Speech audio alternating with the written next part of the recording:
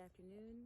We're here in the front yard gardens today, and we're just going to do a quick garden tour to update everyone on what's going on. I actually came out here and did a bunch of work in the front gardens just now, so let's take a look around. We'll start towards the back of the garden today and just make our way forward.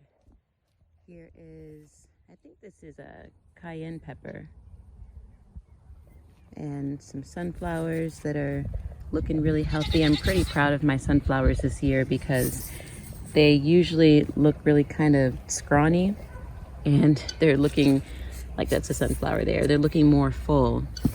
Here's this is peppermint that we brought from a friend's house that's gotten established and is no longer wilted and is really starting to kind of take off here. This is that little lime tree. Let me try to get a better angle. You can see the lime tree has new growth on it, and this tree is a couple of years old.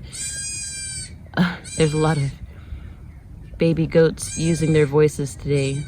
There's no emergency, it's just how they communicate with their mothers. But this tree is starting to come back and it's getting some good growth on it, so I'm hoping that we'll have a good experience with it here in this tub instead of in the backyard where there's so much shade.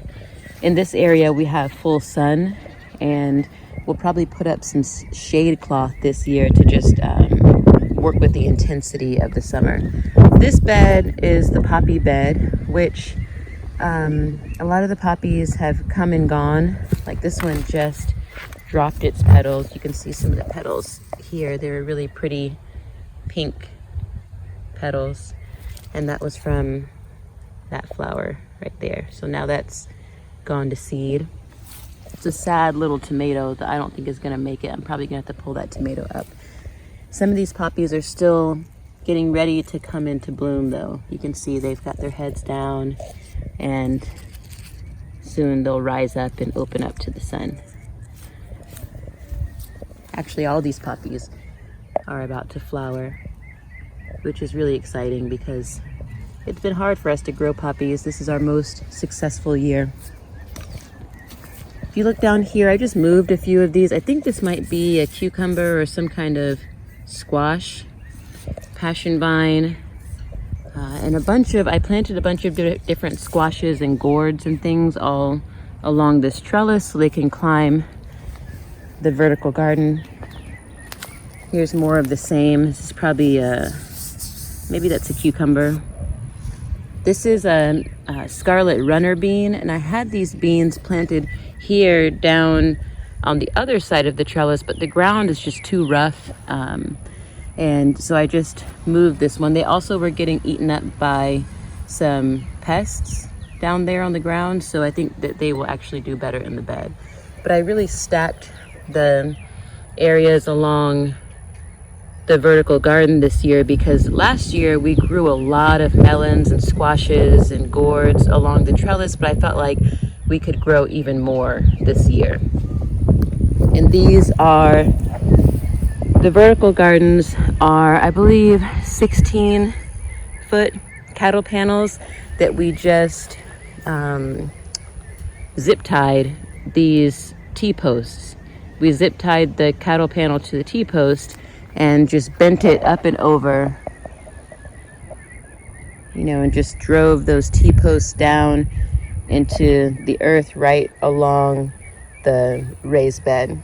So very simple technique, and we're able to get our melons and squashes and gourds and things up off the ground, and that way they don't rot. Here's a tomato that's flowering. It's looking very healthy. We grew all of our tomatoes from seed starting in January. These are tiny little baby sunflowers here. This is some oregano that's trying to get established. Some of it is kind of crusty and dying back, but it's overall healthy. I planted some Echinacea seed that I just direct sowed here today. This is a rhubarb, which I've never grown before, and it's looking kind of rough, but we're gonna keep it around to see what happens because a friend gave it to us. And there's another little poppy that went to seed. And I've been throwing a lot of seed here. Some of it I've just been broadcasting, and some of it I've been more so like direct sowing. You can see all these poppies have their seed heads. That is, that's dill. I was gonna say fennel, but we have fennel over in the other bed. So that's dill that we planted for the caterpillars. And I haven't actually seen any swallowtail caterpillars yet. I've just seen all of the other inchworms and the various caterpillars that are raining from the sky right now, which is actually just now starting to slow down. But they've done quite a bit of damage to the plants that are under the canopy of the oaks, which is where they're falling from. Here are some little marigolds. That's a marigold. That's a marigold. And I'm excited for the marigolds. There's another one because those marigolds popped up from the seeds that I kind of scattered out here from our wedding. Strawberries, which are starting to flower, and they'll really take off later. A little bit of damage, it's probably from the caterpillar. That's thyme, which is still kind of trying to settle in and get established. Over in this bed, I just planted a bunch of corn all through here. Some of the Painted Hills corn. That's comfrey, a little bit more comfrey. All of this is the fennel. Baby goats. More melons and squashes, more passion vine, lots of yarrow flowering. Let's go see the yarrow over here. So there's yarrow in the front and back gardens. There's more yarrow flowering. Kind of grew out of the side of the raised bed. It's very hardy. And all of the yarrow that I've transplanted into the backyard gardens came from these front yard gardens. All of this area last year was yarrow, but I wanted to create space for other things to grow in here as well, so I've moved the yarrow around, and it's really prospered wherever I moved it to. This yarrow was grown from seed in the winter, so that's new yarrow, baby yarrow. And here I threw a bunch of seed as well. Some of those bunny tail grass for cut flowers, and what else did I put over here? Probably, I think some blue corn flowers, maybe some echinacea, and then the corn I planted all over there to try to kind of create some shade as it grows up. In this bed, I had a bunch of little things that were growing, and I was thinking that maybe they were some of the marigolds that I threw around, but I'm pretty sure they were just oak babies. So I pulled all those up today and planted more corn. Oh, actually over here I planted that red corn, and here I planted that Painted Hills corn. Borage is flowering. It got attacked by all the caterpillars, but it still is persisting, and it's flowering now. Borage flowers are so pretty. And the leaves are quite rough, kind of almost like pokey. There's another borage. All of this is spearmint. And I've been moving a lot of the spearmint around because it's really taken over this bed. So I've moved it over by the pig pen and a couple other garden spaces that we have, because spearmint is very hardy and it grows all summer here. I would think that mint would be kind of fragile, but that has not been my experience. Here's another tomato, which I just had to stake to this bamboo today because it was heavy and falling over, but it's flowering as well. More sunflowers on the other side of this little trellis that we put coming off of the vertical garden, just going straight up, not up and over. And I've really, I guess that's been my main focus out here, is to really stack these trellis areas, because I mean, you can grow like, I don't know, probably up to like 20, 30, 40 plants along the trellis, because they have so much space to go up and over. So you see we have 1, 2, 3 of these vertical garden spaces. So I've just planted so many seeds along them to see what kind of yield we can get this year. All of these are, I mean, I think they're sunflowers. They were they were sunflower seeds when I planted them, but then when I put them into the garden, I don't really understand what they are. But all of these are supposed to be sunflowers of different varieties. So we'll see if these guys that look so low start to stand up and grow tall. But it's turning into an experiment, so we'll see what those things are. I mean, shoot, they're awfully rough. Maybe I planted a bunch of borage here. I don't know what that stuff is, but I thought it was sunflowers. Anyway, more tomatoes that some of them have flowers on them. And I mean, hopefully we'll get a lot of tomato fruit this year. I'm just concerned about our tomatoes because they got cold during that freeze when all of our power grid was down and our house was cold. So we're just keeping an eye on the tomatoes to see if they actually bear fruit this year. It would be a huge loss if they don't, because we've planted, I mean, probably at least 100 tomato plants. These are all sunflowers at various stages. Sunflowers. So again, I'm very proud of my sunflowers this year because they have never, like the stalks on them, I know this is not as thick as a stalk gets for a sunflower, but I've really struggled with that.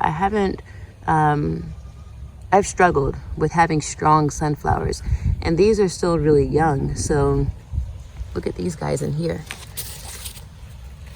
You know, that's like as thick around as my finger, and they're just they're really just still seedlings, kind of. They're very young sunflowers, so I have hope that these guys will get as thick around as my wrist or my arm. So we'll see. I actually just planted some more like giant sunflower seeds today. They're supposed to get, I don't know, 25 feet tall or something like that. But last year my neighbor had the most magnificent sunflowers ever, and the advice that she gave me was to plant them in March, which I did. I started mine inside because of the squirrels. Then I moved them outside as soon as they really germinated and broke through the soil. And then she also told me to feed them because they get so big.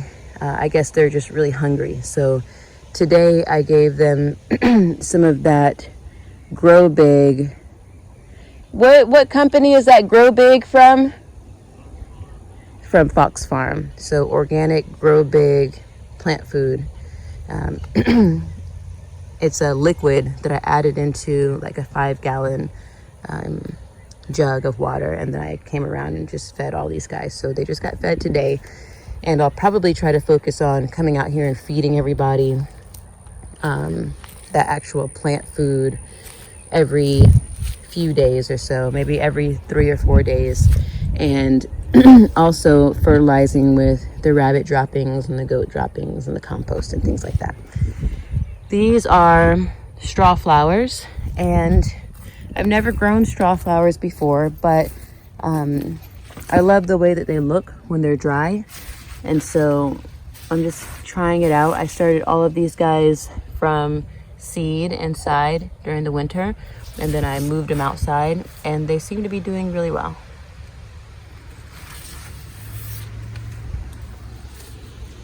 Let's see. Oh, this bed over here, I just threw a bunch of seed, and we had let me see if I can find where I threw those. Oh, here's the pile of stuff I cleaned out of the bed today. And the only reason why I didn't throw all of this right onto the ground inside of the bed is because I was going in there and direct sowing more seeds, and I wanted to be able to see them as they break the surface. So I didn't throw all of this plant material back into the bed, which usually when I weed out, I just throw the weeds right back into the bed so that they can break down and compost and add more nutrients to the soil. But these are all those ground cherries, and they had really taken over this bed to where the bed was crowded with ground cherries, and all of these open soil spaces, that's where the ground cherries were. And ground cherries are edible, and I think that you're supposed to open up the little husk. They look kind of like tomatillos. They have that like papery husk around them. And the first time they showed up in the garden was last year. We had some volunteers, and all of these were volunteers from last year's volunteers that went to seed. But we don't eat a lot of ground cherries, and I don't really like the way they taste, so I don't want them crowding up my garden bed. So instead of transplanting them elsewhere, I just pulled them up because we're really not interested in eating them. Or you could make them into salsa or maybe add them into hot sauce or something, but I'd rather come in here and plant something else. Here's more.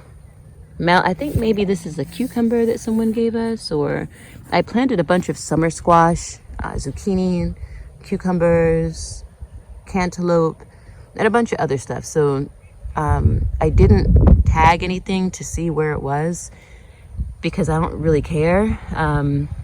I'll just see it once it fruits and we'll just be surprised. But once it starts climbing and the fruits start showing up, then I'll have a better idea of exactly where everything is. But too much organization in the garden just feels overwhelming to me. I don't like to have that much control. I just like to plant stuff and then let it grow, and whatever shows up, we'll enjoy.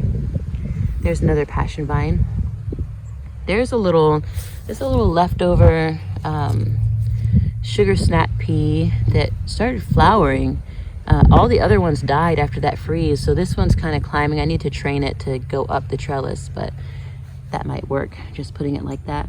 This is a gourd for sure because I can still see the seed on it. It's maybe a bushel gourd or a dipper gourd. Here's another gourd. You can see the seed. Oh, there's half of the seed there. More of these fava beans, which I'm not sure what these guys are gonna do. Like, these are the flowers. So, oh, here's a bean coming. See that? So I guess the fava beans are gonna produce this year. That's exciting. More strawberries. There's some marigolds strewn in there, which is awesome because, again, those are the marigolds from the flower garlands that we made from Arnoski's flower farm out in Blanco, Texas. And those were the flower garlands for our wedding. So when we came home, I pulled the petals off after they dried and I scattered the seeds, and you can see there's one marigold there, another there, and they're just kind of popping up all over the garden. So those marigolds are directly related to the ones that were at our wedding. So that's really sacred and special to me. We see little strawberries coming, and with the strawberries, man, like this one is almost ripe, but right when they get ripe, you have to come out and just eat them, because if you don't, then the squirrels or the birds or somebody else will come get them. And that's nice, but we're not really growing the strawberries for them. We're growing them for us. So it'd be nice if we get some. But you can see there's flowers and more little baby strawberries coming. So things are doing really well in the garden. Let's see, I think we covered everything. Yeah, things are doing good. And we got a little bit of rain, which made everything really happy. And then we have our rainwater tank, which is still in process. We still have to run the pipe and install the pump and all the other things that need to be done for the rainwater to be set up. Let's see who's over here. They're the guineas. It's cleanup day because after it rains, we have to go around and really make the mangers cleaner. Maybe we should go over there. Let's take a little walk over there.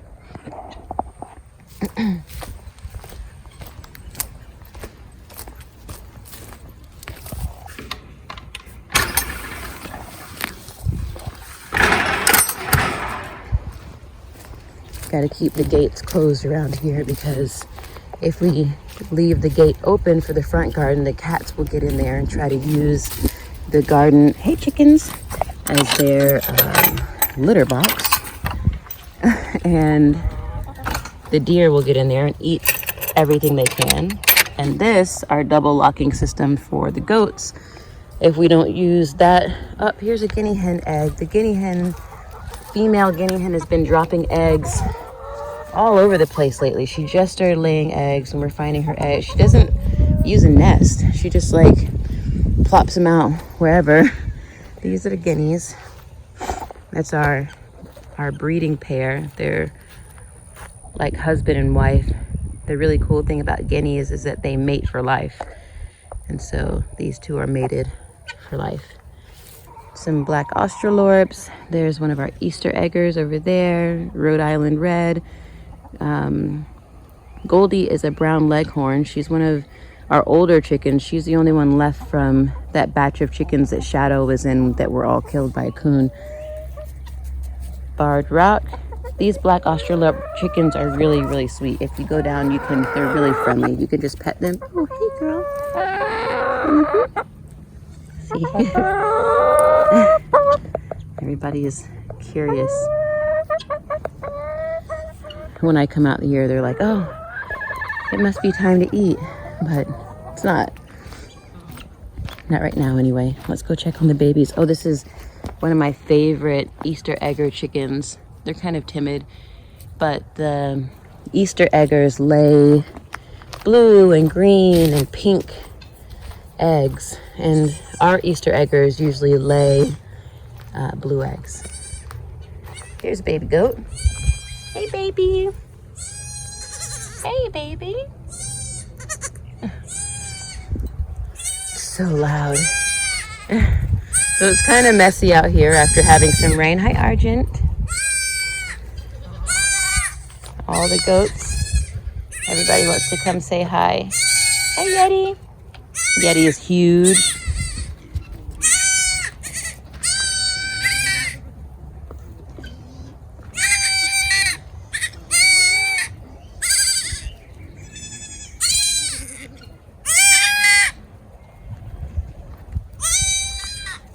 Up, Hazel was stuck in the old chicken house. There's a chicken taking a dust bath. Here's some baby goats. These are Argent's babies. Hey, babies. Hey, babies. Hi, Hazel. Hazel, you can't eat that egg. Okay, so maybe we'll come back here and do a backyard farm tour someday. But right now, things are kind of messy. Everything's in the process of getting cleaned up. The ducks don't really have a pond right now because we're concerned about the baby goats drowning in the pond, so we haven't been filling the pond up lately. Here's Cora and Gannon. Hey, Cora. Hey, Cora. Hi, Gannon. Sweet pigs. All right, I know. All right, that's it for today. Let's lock this because pigs are very strong. Aren't you, Cora? I know, you're so strong. You're so strong. She's like, did you bring me an egg, Mama? I love to hear them talk, but right now she wants some snacks, so I'm gonna go and... I know, okay. I'm gonna go and find her some snacks. Thank you for joining me here. And we'll come and do a farm tour next because all of the animals really want to meet you. I know, Cora. I know. All right, I'll check y'all later. Namaste.